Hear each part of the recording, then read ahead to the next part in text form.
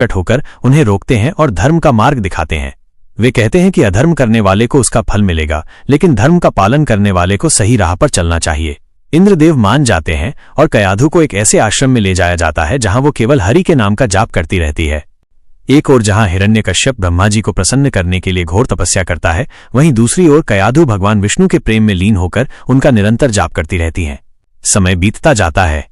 हिरण्यकश्यप का शरीर सूख जाता है, लताएं उसे जकड़ लेती हैं और वो पहाड़ में धंस जाता है, लेकिन उसकी तपस्या जारी रहती है। उसकी तपस्या की अग्नि इतनी तीव्र थी कि पृथ्वी भी जलने लगती है। अंततः ब्रह्मा जी हिरण्यकश्यप की तपस्या से प्रसन्न होकर प्रकट होते हैं। वे कहते हैं कि ऐसी तपस्या पहले कभी नहीं की गई और शायद भविष्य में भी कोई नहीं कर पाएगा, और उसे वरदान मांगने को कहते हैं। हिरण्यकश्यप अमरता का वरदान मांगता है, जिसे ब्रह्मा जी अस्वीकार कर देते हैं। तब हिरण्यकश्यप अपनी चतुराई का प्रयोग करते हुए एक ऐसा वरदान मांगता है जो उसे अजेय बना दे। मेरी मृत्यु न तो घर के भीतर हो और न बाहर, न दिन में हो और न रात में, न मनुष्य द्वारा हो और न देवता द्वारा, न किसी छोटे प्राणी द्वारा हो और न किसी विशाल प्राणी द्वारा, न पृथ्वी पर हो और न आकाश में। मेरी शक्ति सर्वोच्च हो, मेरा बल सर्वाधिक हो। ब्रह्मा जी को न चाहते हुए भी ये वरदान देना पड़ता है, और तथास्तु कहते ही हिरण्यकश्यप असीम शक्ति का स्वामी बन जाता है। वो तुरंत भगवान विष्णु से जुड़ी हर चीज को नष्ट करने लगता है। वह देवताओं को बंदी बना लेता है और इंद्र तथा अन्य देवताओं को अपना सेवक बना लेता है।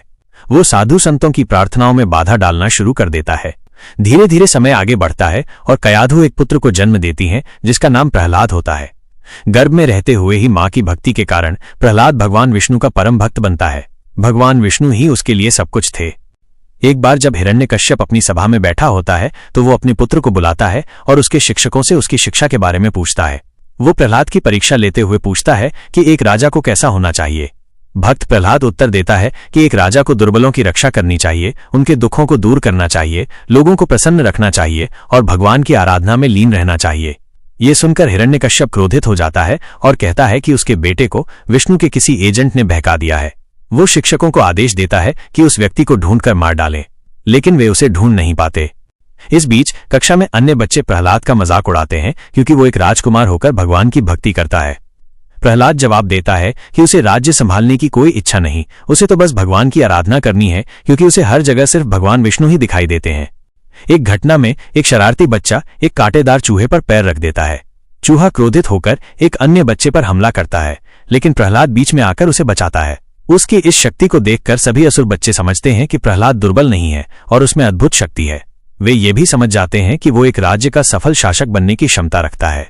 धीरे धीरे सभी बच्चे जो कभी प्रहलाद के विरोधी थे, उसके साथ मिलकर ओम नमो भगवते वासुदेवाय का जाप करने लगते हैं। एक और बच्चा ये